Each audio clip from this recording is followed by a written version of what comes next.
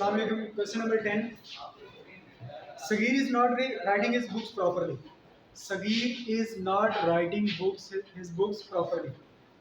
अगर ये कोई शख्स, कोई कारोबारी आदमी अपनी books of accounts properly write नहीं कर रहा, तो इसका मतलब है कि वो सिंगल एंट्री सिस्टम को फॉलो कर रहा है.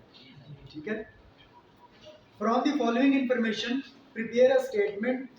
मंदरजा झैल जो आपको डेटा दिया गया है, इंफॉर्मेशन दी गई है, इससे आपने एक स्टेटमेंट बनानी है. कौन सी स्टेटमेंट पूछ रहा है? अब स्टेटमेंट कौन सी बनानी है? शोइंग प्रॉफिट और लॉस. यानी कि मेन उसकी रिक्वायरमेंट पता चल गई क्या है? वो कह रहा है कि ऐसी स्टेटमेंट बनाओ जिससे प्रॉफिट या लॉस शो हो, यानी कि स्टेटमेंट ऑफ प्रॉफिट और लॉस ये हमने बनानी है. And statement of affairs for the year ending 30 जून 2022. और आपने एक स्टेटमेंट ऑफ अफेयर बनानी है 30 जून 2022, यानी कि क्लोजिंग स्टेटमेंट ऑफ अफेयर. अब क्लोजिंग स्टेटमेंट ऑफ अफेयर्स अगर उसने पूछ ली है तो इसका मतलब है कि ये क्वेश्चन की रिक्वायरमेंट है. ये क्वेश्चन की रिक्वायरमेंट है. दो स्टेटमेंट्स उसने कहा है बनाने के लिए, स्टेटमेंट ऑफ प्रॉफिट और लॉस और स्टेटमेंट ऑफ अफेयर्स. ये दो स्टेटमेंट्स बनाने हैं. तो जो लोग नए आए हैं उनके लिए मैं बता दूं, थोड़ा सा बैकग्राउंड इसका बता दूं. जो हम लोग रोजाना डिस्कस करते हैं, आज भी डिस्कस करेंगे. इस क्वेश्चन में जब हमने प्रॉफिट या लॉस मालूम करना होता है, पी और एल, प्रॉफिट और लॉस, जब भी हमने प्रॉफिट या लॉस मालूम करना होता है तो हमारे पास दो किस्म के कैपिटल होना जरूरी है. दो कैपिटल होना जरूरी है. कौन कौन से दो कैपिटल? ओपनिंग कैपिटल और क्लोजिंग कैपिटल. ओपनिंग कैपिटल और क्लोजिंग कैपिटल. अब ये दो कैपिटल होना जरूरी है. अगर तो ये दोनों क्वेश्चन में दिए हुए हैं तो बहुत अच्छी बात है, लेकिन अगर नहीं दिए हुए तो फिर हम ये पहले मालूम करेंगे. अब ओपनिंग कैपिटल अगर मालूम करना हो तो ओपनिंग कैपिटल मालूम करने के लिए हम बनाते हैं opening statement of affairs. OSA का क्या मतलब है? Opening statement of affairs. ठीक है. और अगर क्लोजिंग कैपिटल मालूम करना हो तो उसके लिए बनाएंगे क्लोजिंग स्टेटमेंट ऑफ अफेयर्स. ठीक है. अब समझ आ गया कि स्टेटमेंट ऑफ अफेयर क्यों बनाते हैं? वो जो कह रहा है कि स्टेटमेंट ऑफ अफेयर्स बनाएं, तो स्टेटमेंट ऑफ अफेयर्स बनाते हैं हम लोग कैपिटल मालूम करने के लिए. ठीक है.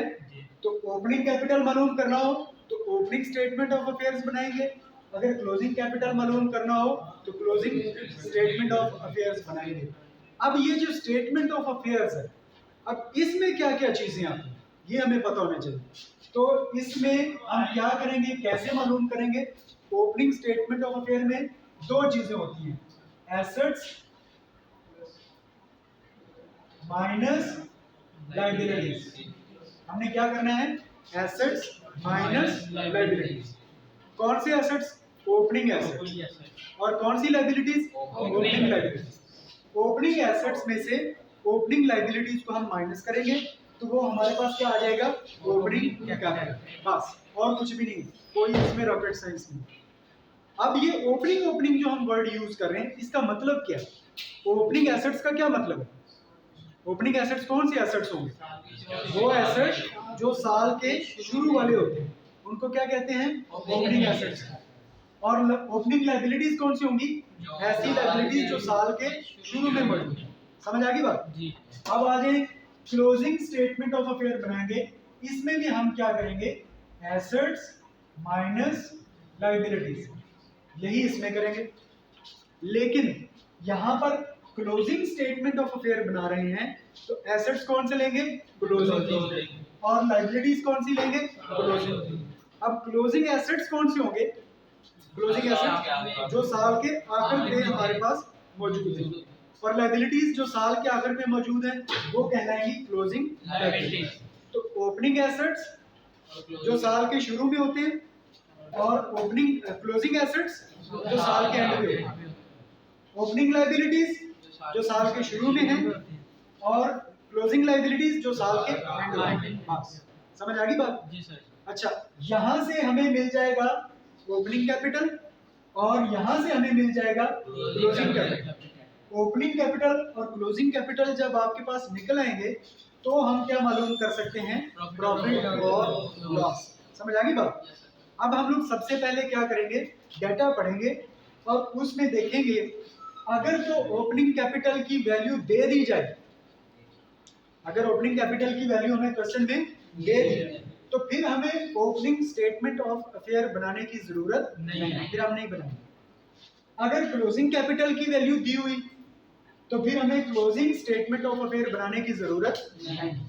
लेकिन अगर ना ओपनिंग कैपिटल दिया ना क्लोजिंग कैपिटल दिया तो फिर हमें ओपनिंग स्टेटमेंट ऑफ अफेयर भी बनानी पड़ेगी और क्लोजिंग स्टेटमेंट ऑफ अफेयर भी बनानी पड़ेगी। समझ आ गई सारी, रोड मैप समझ आ गया कि क्या करना है। अब हम डाटा पढ़ेंगे, वहां से पता करेंगे कि क्या ओपनिंग कैपिटल और क्लोजिंग कैपिटल दोनों मौजूद हैं या दोनों में से एक है या दोनों ही नहीं है। ठीक है, अब डाटा पढ़ते हैं। अब जो नीचे इंफॉर्मेशन दी गई है उसमें लिखा हुआ है कैश इन हैंड और आगे दो डेट्स लिखी हुई हैं। एक डेट लिखी हुई है 1 जुलाई 2021 और एक लिखी हुई है 30 जून 2022। दोनों डेट्स मिल गई। अब देखो ये जो 1 जुलाई 2021 है ये डेट है ओपनिंग डेट, यहाँ से साल शुरू हुआ और खत्म कहाँ पे जाके हुआ, 30 जून 2022। ठीक है, अब इधर देखिए व्हाइट बोर्ड पे एक डेट लिखी हुई है 1 जुलाई 2021 और एक डेट लिखी हुई है 30 जून 2022। समझ आ गई बात। ये दो डेट्स लिखी हुई। यहाँ 1 जुलाई 2021 से साल हमारा शुरू होता है और 30 जून 2022 को साल खत्म हो रहा है। तो ये है ओपनिंग डेट और ये है क्लोजिंग डेट। अब जरा देखो ये जो ओपनिंग डेट है ना इसके नीचे कुछ एसेट्स लिखे होंगे और कुछ इसके नीचे लायबिलिटीज लिखी होंगी, ये वो लाइन में। ठीक है, और वो कौन कौन से हैं, वो सारे जो एसेट्स और लायबिलिटीज होंगे वो कौन से होंगे, ओपनिंग। इसी तरह 30 जून जो लिखा हुआ है इस डेट के साथ इस डेट के नीचे भी कुछ एसेट्स दिए हुए हैं और कुछ लायबिलिटीज दी हुई हैं। वो एसेट्स और लायबिलिटीज कौन से होंगे, क्लोजिंग। समझ आ गई बात। अब देखिए आगे चलते हैं।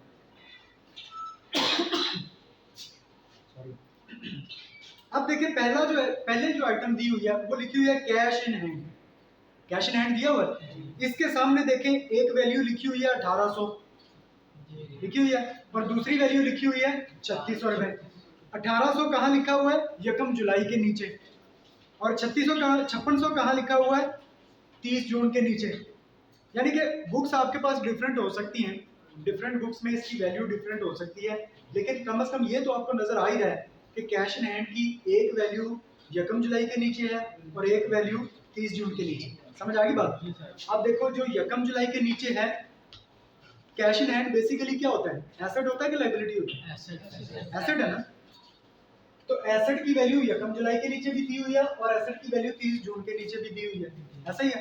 तो जो वैल्यू उसकी 1 जुलाई के नीचे है वो कहलाएगी ओपनिंग कैश इन हैंड और जो वैल्यू 30 जून के नीचे है वो कहलाएगी closing cash in hand. Clear होगी बात। या आप यूं समझ लें कि 1 जुलाई के नीचे जो सारी वैल्यूज लिखी हुई हैं हम पहले उनको पढ़ेंगे, वो सारी क्या है, एसेट्स और लायबिलिटीज ओपनिंग वाले। दूसरा एसेट कौन सा है, डेटर्स लिखा हुआ है, डेटर्स की वैल्यू है डेटर्स। आपके पास बुक है, मिल गया डेटर्स। दूसरे नंबर पे डेटर ही लिखा हुआ है, ओके। तीसरे नंबर पे ये भी एसेट है, तीसरे नंबर पे क्या है, क्रेडिटर्स। ये क्या है, लायबिलिटी, ये लायबिलिटी है। चौथे नंबर पे ये क्या है, एसेट। पांचवें नंबर पे बिल्स रिसीवेबल, ये भी एसेट। बैंक ओवरड्राफ्ट ये लायबिलिटी है। बैंक ओवरड्राफ्ट, बैंक ओवरड्राफ्ट क्या होता है, बैंक में जितने आपके पैसे पड़े थे उससे आपने ज्यादा निकलवा लिए, ओवरड्राफ्ट। ठीक है, यानी कि आपके बैंक में अगर 10,000 थे और आपने वहां से निकलवा लिए हैं 15,000 तो बैंक ने आपको एक्स्ट्रा 5,000 दिए। वो जो एक्स्ट्रा 5,000 बैंक ने आपको दिए हैं वो आपके लिए एक कर्जा है, वो आपने वापस करने हैं बैंक को, तो उसको कहते हैं बैंक ओवरड्राफ्ट। नेक्स्ट लिखा हुआ है मोटर वैन, एसेट है, और फर्नीचर। अब देखिए ये कितनी आइटम्स हैं, 8 8 है, 8 में से 6 एसेट्स हैं और 2 लायबिलिटी। समझ आ गई बात? अच्छा, ये जो यकम जुलाई के नीचे जो एसेट्स और लायबिलिटीज होंगे वो ओपनिंग, और आगे जो 30 जून वाले हैं वो क्लोजिंग। अच्छा, ओपनिंग एसेट्स और ओपनिंग लायबिलिटीज गिवन है, क्लोजिंग एसेट क्लोजिंग लायबिलिटीज भी गिवन है। इधर देखो, opening asset opening liabilities given है और closing asset closing liabilities given है। इसका मतलब है आपको सवाल में ओपनिंग कैपिटल भी मालूम करना पड़ेगा और क्लोजिंग कैपिटल भी मालूम करना पड़ेगा। इसलिए मैंने कहा था कि इस क्वेश्चन में आपकी सारी रिवीजन हो रही है, सारा कुछ इसमें आ रहा है। और इसमें मजीद क्या डाटा गिवन है? ड्राइंग ₹9,600। ड्राइंग्स तो हमने इधर नहीं इस्तेमाल करनी, ओपनिंग कैपिटल या क्लोजिंग कैपिटल मालूम करने के लिए सिर्फ एसेट्स और लायबिलिटीज आते हैं। ड्राइंग्स जो है ये हमारी स्टेटमेंट ऑफ प्रॉफिट और लॉस में जाएंगे। और क्या? Depreciate furniture at 10%, depreciation minus करनी है फर्नीचर की। और write off ₹1,600 on motor van, और मोटर वैन वो भी एसेट है, उसकी भी ये राइट ऑफ करना है, मतलब उसको भी हमने डेप्रिसिएट करना है। प्रोवाइड ₹2,000 एज बैड डेट्स, कल आया था ये। बैड डेट्स को क्या करना होता है? किस में से? डेटर्स में से माइनस करना है। और आगे ही लिखा हुआ है and 5% as reserve on debtors, ये प्रोविजन कह लें या रिजर्व कह लें, कल भी ये आया था। तो हमने बाकी जितने डेटर्स रह जाएंगे बैड डेट्स माइनस करने के बाद, जो बाकी डेटर्स रह जाएंगे उसमें से 5% और हमने उसमें से माइनस करना है प्रोविजन या रिजर्व के तौर पे। और क्या चीज़ है last? Provide reserve of ₹3,200 on bills receivable. तो जैसे डेटर से हमने पैसे लेने होते हैं और हमें पता होता है कि इसमें से कुछ पैसे हमारे डूब जाएंगे, इसी तरह बिल रिसीवेबल में से भी ऐसे ही कुछ पैसे होते हैं जो हमें पता होता है कि ये रिकवर नहीं होंगे, तो उसका भी रिजर्व हमने रखना है। जैसे डेटर का रिजर्व डेटर में से माइनस होता है, उसी तरह बिल्स रिसीवेबल का रिजर्व बिल्स रिसीवेबल में से माइनस होगा। वो कितने रुपए हैं? सिर्फ ₹3,200 है मेरे पास जो बुक है, ठीक है। तो ये सारा डेटा गिवन है। तो कहीं पर उसने बताया कि कैपिटल की ये वैल्यू, ओपनिंग कैपिटल का जिक्र हो, क्लोजिंग कैपिटल का जिक्र हो नहीं ना है। इसका मतलब है कि हमें ओपनिंग कैपिटल और क्लोजिंग कैपिटल पहले मालूम करने पड़ेंगे। तो सिंगल एंट्री सिस्टम में याद रखें, सिंगल एंट्री सिस्टम में हमारे पास जब तक ये दो कैपिटल नहीं होंगे हम प्रॉफिट या लॉस मालूम नहीं कर सकते। तो पहले हम लोग ये मालूम करते हैं ओपनिंग कैपिटल, ठीक है। तो ओपनिंग कैपिटल मालूम करने के लिए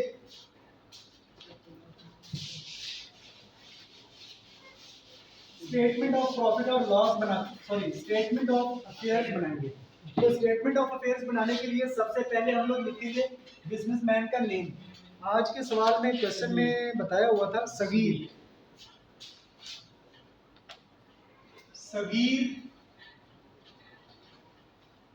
और दूसरी लाइन में हम लोग लिखते होते हैं स्टेटमेंट का नेम। अभी हम बनाने जा रहे हैं स्टेटमेंट ऑफ अफेयर्स। जिन लोगों ने पहला लेक्चर ये लेना है ध्यान से समझो, समझ आ जाएगी सर, ठीक है, कोई मुश्किल काम नहीं है। और एज ऑन, अभी हम लोग ओपनिंग बनाने जा रहे हैं स्टेटमेंट ऑफ अफेयर्स, तो फिर डेट भी कौन सी लिखेंगे? ओपनिंग, यकम जुलाई 2021, ठीक है। और उसके बाद हम ये स्केच बना देते हैं, बहुत सिंपल सा स्केच है।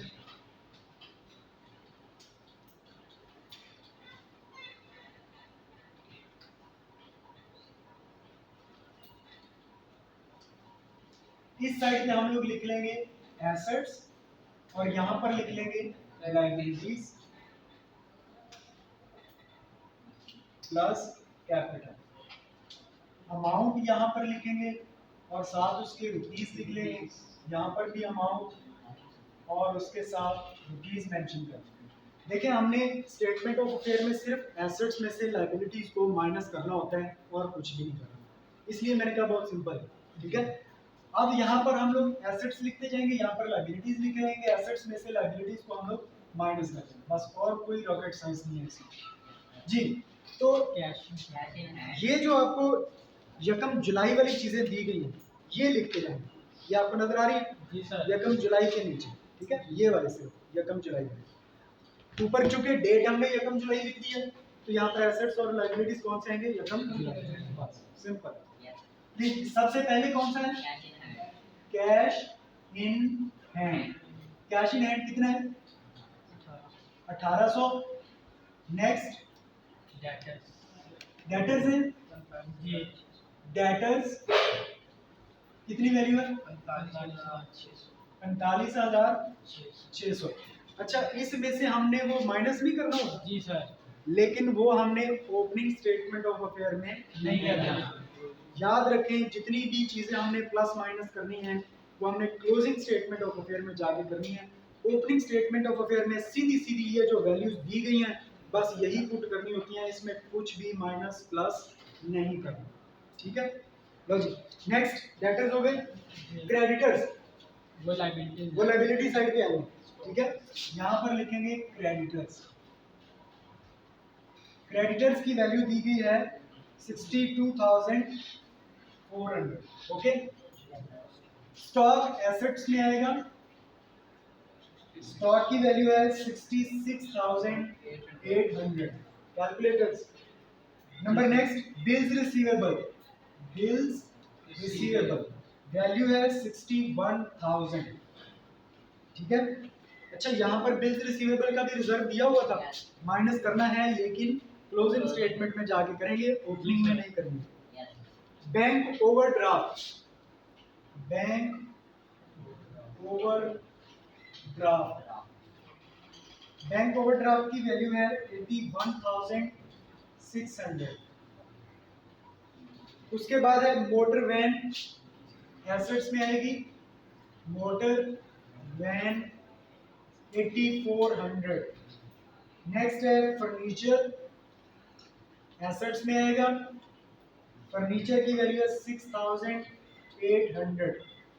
गॉट इट, सारी चीजें हमने लिखी। ठीक है, तो टोटल हमारा एसेट साइड का आ रहा है जी 90,400। और यही एसेट्स का टोटल इधर ले आएंगे 1,90,400। इसमें से माइनस करेंगे ये 46,400। तो रिमेनिंग अमाउंट रहेगी 46,400। समझ आ गया काम क्या कर जी सर, सिंपल है जी, मुश्किल तो नहीं है। एसेट्स लिखे, लायबिलिटीज लिखी, एसेट्स का टोटल करके उसमें से लायबिलिटीज वाली दोनों रकमें माइनस कर दी, रिमेनिंग अमाउंट ये बच गई। ये जो रिमेनिंग अमाउंट बची है इसको कहेंगे कैपिटल और ब्रैकेट में लिखेंगे बैलेंसिंग फिगर। ठीक है, एक कैपिटल मिल गया। जी सर, बस यही काम आप दोबारा करेंगे हम लोग, लेकिन रकमें कौन सी लेंगे 30 जून वाली। ठीक है, उसमें कुछ प्लस माइनस होनी है चीजें, वो करके हम लोग एक और कैपिटल निकाल लेते हैं। तो क्लोजिंग कैपिटल मालूम करने के लिए एक और इसी तरह की स्टेटमेंट बना लेते हैं। उसमें भी फिर सबसे ऊपर लिखेंगे सगीर, नेक्स्ट लिखेंगे स्टेटमेंट ऑफ अफेयर्स, फिर लिखेंगे एज ऑन, लेकिन अब डेट कौन सी लिखेंगे क्लोजिंग 30 जून 2022। स्टेटमेंट का स्केच बिल्कुल सेम वैसा ही है, कोई फर्क नहीं है, कुछ भी डिफरेंस नहीं।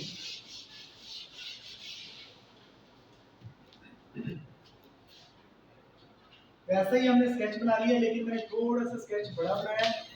उसकी वजह यह है कि इसमें कुछ प्लस माइनस अभी होने हैं।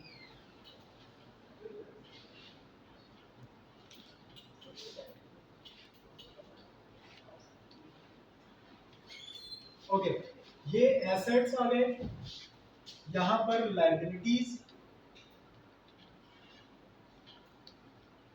Plus capital. यहां पर हम अमाउंट लिखेंगे और करेंसी का यूनिट है रुपीस, यहाँ पर भी अमाउंट लिखेंगे और उसकी करेंसी का यूनिट रुपीस। सेम दोबारा वही चीजें लिखेंगे, लेकिन अब जरा देख लें क्वेश्चन में हमें कुछ एडजस्टमेंट्स बताई गई थी। ये अगले पेज पे, एक तो हमने फर्नीचर की डेप्रिसिएशन माइनस करनी है, दूसरा हमने मोटर वैन की डेप्रिसिएशन माइनस करनी है, तीसरा हमने बैड डेट्स माइनस करने हैं डेटर में से, और 5% रिजर्व भी माइनस करना है डेटर में से, और बिल्स रिसीवेबल में से माइनस करना है। तो जिस जिस चीज की एडजस्टमेंट होगी वो आपने ध्यान में रखनी है। किस किस चीज की है, फर्नीचर की है, मोटर वैन की है, डेटर्स की है और बिल्स रिसीवेबल। चार चीजों में से हमने कुछ माइनस करना है। तो जब उनका नाम आए तो आपने फौरन रुक के आपने उसकी अमाउंट को इधर बाहर लिखना है और उसमें से माइनस प्लस जो भी करना है करके असल रकम जो होगी वो हमने कॉलम में ट्रांसफर करनी है। तो कैसे करनी है देखते हैं। दोबारा आ जाए वैसे ही वापस एसेट्स और लायबिलिटीज पे। सबसे पहले दोबारा फिर cash in hand, cash in hand, लेकिन अब रकम लिखेंगे 30 जून वाली। 5600 30 जून के नीचे जो रकम है वो लिखनी है। 30 जून के नीचे देखें रकम है 5600, ठीक है। दूसरे नंबर पे आ गया डेटर्स।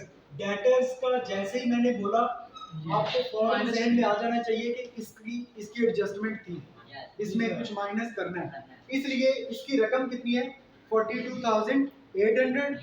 इसको मैंने यूं बाहर लिख लिया 42,800, ऊपर इसके लगा लें रुपीस, ठीक है।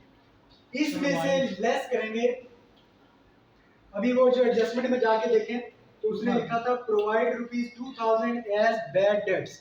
बैड डेट्स मतलब वो पैसे जो हमने लेने थे लेकिन डूब गए, ठीक है। जो लेने होते हैं उनको हमने कहते हैं डेटर्स।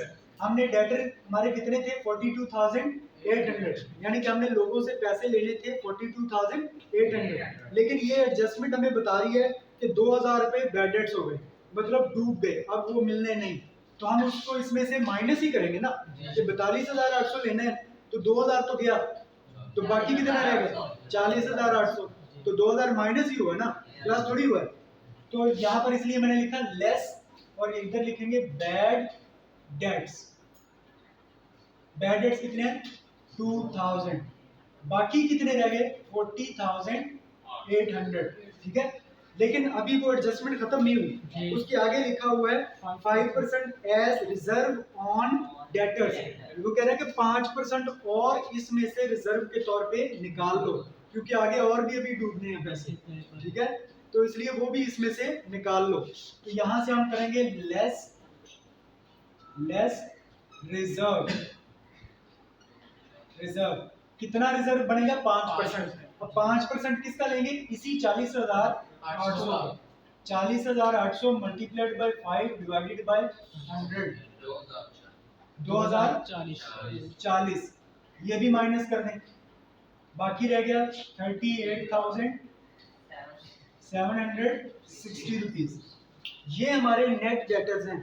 लेने हमने कितने थे लोगों से पैसे 42,800, लेकिन ये डूब गए पक्के पक्के, इतने और भी अभी डूब जाएंगे, लेकिन ये हमारे नेट डेटर्स हैं, ये हमें पैसे मिल जाएंगे। तो असल हमारे डेटर्स इतने हैं। क्लियर होगी बात? जी सर। अच्छा, ये दो हो गए और बाकी फिर वापस आ जाए उधर ही हम जहां से लिख रहे थे, देखिए क्रेडिटर्स। क्रेडिटर्स आपको पता है लायबिलिटी साइड पे आएंगे। क्रेडिटर्स की वैल्यू हमें गिवन है 56,800, ठीक है। और लेकिन ये ध्यान रखना है लिखते लिखते जब आप बार बार एडजस्टमेंट में जाते हैं तो फिर वापस आते हैं इधर ही, तो फिर दिमाग थोड़ा सा घूम जाता है। फिर हम गलती क्या करते हैं, वो 30 जून वाली रकमों की बजाय उंगली इधर आ जाती है, जी सर। ये यकम जुलाई वाली पे आ जाती है। तो ये ध्यान रखना है कि हम 30 जून वाला बना रहे हैं तो रकमें सारी अब ये वाली इस्तेमाल होगी, ठीक है। और उसके बाद है जी स्टॉक की वैल्यू है 74,800, एसेट्स में चला गया।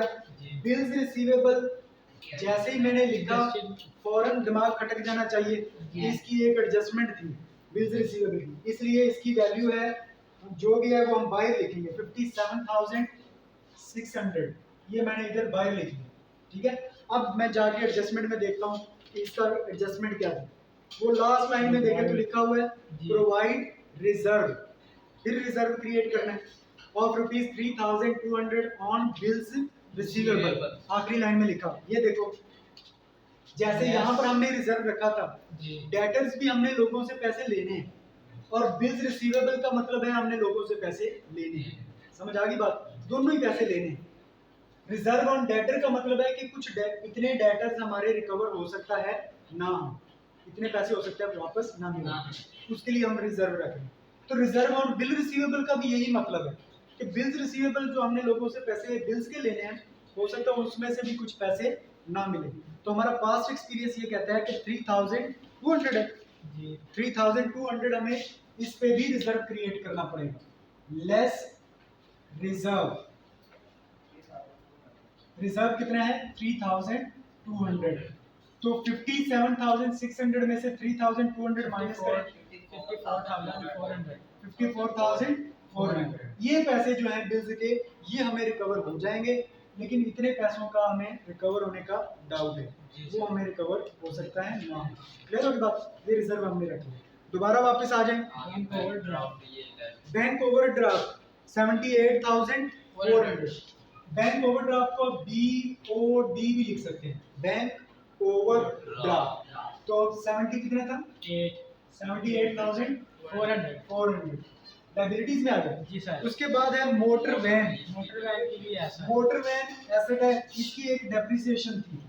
मोटर वैन इधर ऊपर लिखा रुपीस, वैल्यू है 8,400, क्योंकि इसकी डेप्रिसिएशन माइनस करनी है। Less return of, return of वो लिखा हुआ था एडजस्टमेंट में, राइट ऑफ करें इसकी वैल्यू। मोटर वैन की कितनी वैल्यू राइट ऑफ करनी है 1600 रुपये, 1600 माइनस करें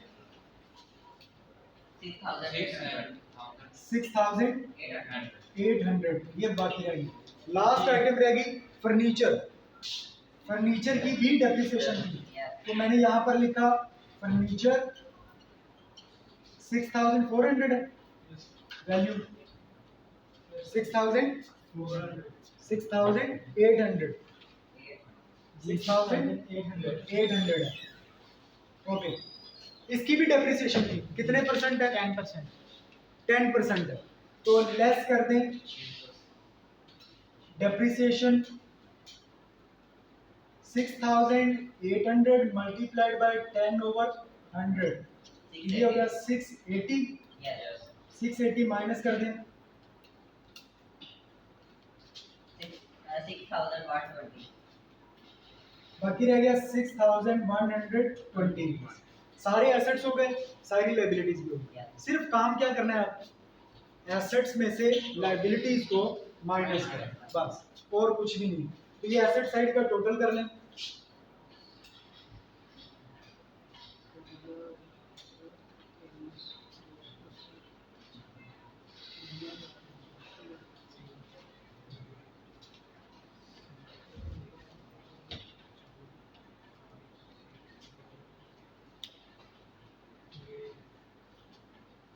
लाख 9,680। 1,86,480, 1,86,480। 1,86,480 ये एसेट साइड का टोटल आया। इसको इधर ले आए, इसमें से ये दोनों लाइबिलिटीज माइनस कर दें, बाकी रकम कैपिटल की बच जाएगी।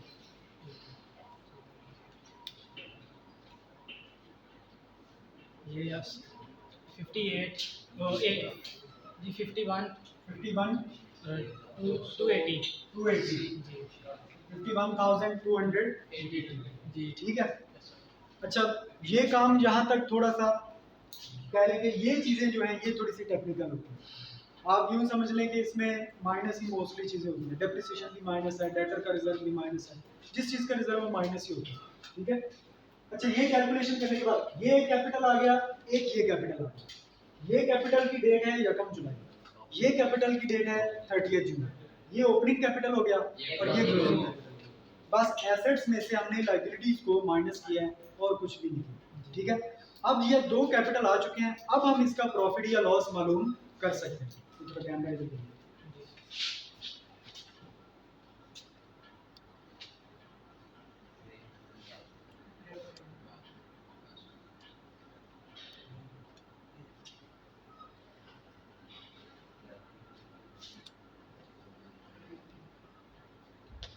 ठीक है, जी सर सारे आ रहे हैं जी लास्ट सर। तक? ओके, तो सबसे ऊपर आपने फिर उसी तरह नेम लिखना है सबीर।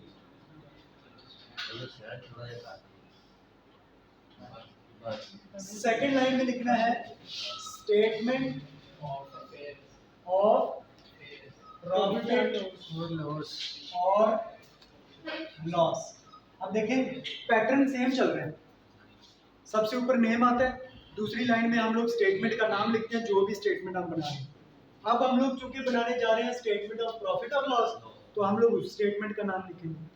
तीसरी लाइन में हमेशा डेट लिखी जाती है, टाइम ड्यूरेशन, तो यहाँ पर हम लिखेंगे फॉर द ईयर एंडेड, और आगे लास्ट डेट लिखते होते हैं 31 दिसंबर, सॉरी 30 जून 2022। ये कॉलम होता है अमाउंट के लिए, 7 रुपीज लिख लें। ये कॉलम होता है डिटेल्स के लिए, ठीक है। अच्छा, इसमें प्रॉफिट और लॉस स्टेटमेंट में गिनी चुनी 4-5 चीजें होती हैं बस, और उसका हमने शॉर्टकट बनाया हुआ है। शॉर्टकट हम लोग ये रफ में कहीं पे लिख लिया करें, यहाँ पे मैं लिख देता हूँ, ये आ रहा है वीडियो में? जी सर। यहाँ पे मैं लिख देता हूँ CDA फिर लाइन OIL। अब यहाँ पर ये जो D है ना, इसके साथ प्लस लगाना है, ठीक है। CDA ऑयल, हम इसको रटा मार लेते हैं। अब ये CDA ऑयल का क्या मतलब है, ये इस स्टेटमेंट के लिए कि इसके अंदर क्या क्या चीजें किस तरतीब से लिखनी है, ठीक है। जी C का मतलब क्लोजिंग कैपिटल, ये वाला, जी ठीक सर। है। D का मतलब ड्राइंग ठीक है, वो हमने क्वेश्चन में हमें उसने बताई थी, और वो कहाँ कितनी। 9,000। A का मतलब एडिशनल Capital। कैपिटल, वो तो मेरा ख्याल आया ही नहीं क्वेश्चन में। No, sir। क्वेश्चन में कहीं पे जिक्र हुआ एडिशनल No। कैपिटल, वो आया ही नहीं, छोड़ दें उसको। O का मतलब Opening capital। ओपनिंग कैपिटल, वो सा मतलब ओपनिंग। I का मतलब interest on capital. Interest on capital. Last में हमारा रिजल्ट आएगा, या तो ये लॉस होगा या ये profit.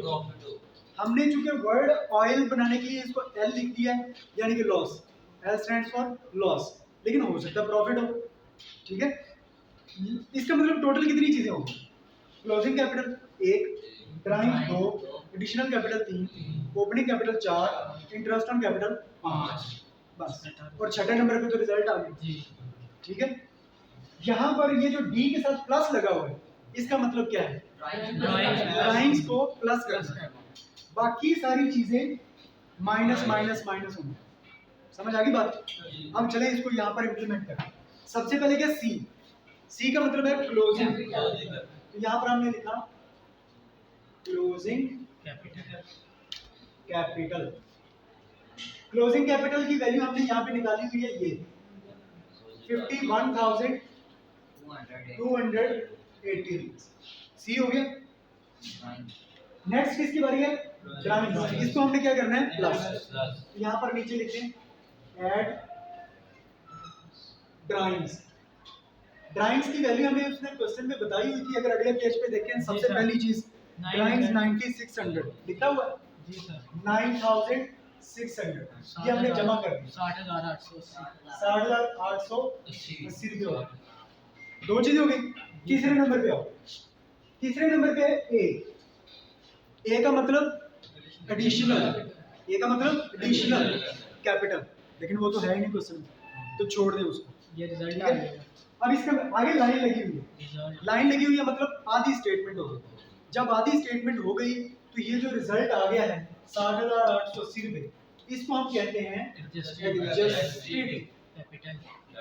Adjusted capital at the end of the year 30th June 2022। आधी स्टेटमेंट होगी। आगे चले, नेक्स्ट है ओ। ओ स्टैंड्स फॉर ओपनिंग। ओपनिंग क्या, कैपिटल, ओपनिंग कैपिटल। तो ये हमने कैलकुलेट किया था ओपनिंग कैपिटल, तो इसको हम करेंगे लेस। अब सारा कुछ लेस ही होने वाला है, लेस ओपनिंग 14,480। ओपनिंग कैपिटल है 46,400 माइनस कर दें 14,480। 400 पूरा 480 14,480 बाकी ये करना है। जी। अच्छा, उसके बाद है आई। आई का मतलब है इंटरेस्ट ऑन कैपिटल। पूरे क्वेश्चन में कहीं पे इंटरेस्ट का जिक्र ही नहीं है, इंटरेस्ट ऑन कैपिटल है ही नहीं, इसको भी छोड़ दें, जो चीजें नहीं है छोड़ दें, लेकिन सिर्फ दो चीजें का होना जरूरी है। कौन कौन सी? ओपनिंग कैपिटल और क्लोजिंग कैपिटल। इसलिए हमने पहले ओपनिंग कैपिटल निकाला, फिर क्लोजिंग कैपिटल निकाला। इन दोनों के अलावा ड्राइंग्स अगर हैं तो लिख दो, नहीं है तो छोड़ दो। एडिशनल कैपिटल है तो लिख दो, नहीं है तो छोड़ दो। इंटरेस्ट ऑन कैपिटल अगर है तो ऐड लेस कर दो, अगर नहीं है तो छोड़ दो। समझ आ गई बात? जी सर। अच्छा, ये भी है ही नहीं क्वेश्चन, इसको भी हमने छोड़ दिया। लास्ट पे आ गया लॉस या प्रॉफिट। प्रॉफिट। अगर तो आपका आंसर आ रहा है माइनस में तो ये लॉस है, और अगर ये आंसर आ रहा है पॉजिटिव तो ये प्रॉफिट है। इसके साथ माइनस तो नहीं लगा नहीं सर, ये हुआ, profit पॉजिटिव ही है। Profit है। पॉजिटिव है तो ये क्या है? प्रॉफिट Profit है। है। हम इसको लिखेंगे profit earned during the year. Earn during The year the year ending ended 30th जून 2022। ठीक है, यहाँ तक इसको हम एक लाइन में कंप्लीट लगा देते हैं और ये वाली लाइन डबल कर देते हैं। ये हमारा प्रॉफिट है 14,480 रुपीज।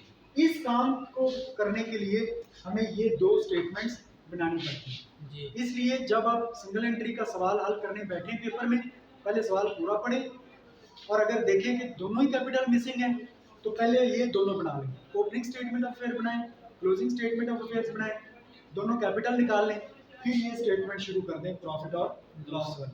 ठीक है, जी सर। पिछली वीडियोस लाजमी देखें, जिन लोगों ने पिछले लेक्चर मिस किए हैं पिछली वीडियोस देखें, और देखने के बाद ये सारी चीज़ें आपको रिवाइज हो जाएंगी। ओके, कोई क्वेश्चन है? No sir. Thank you very much.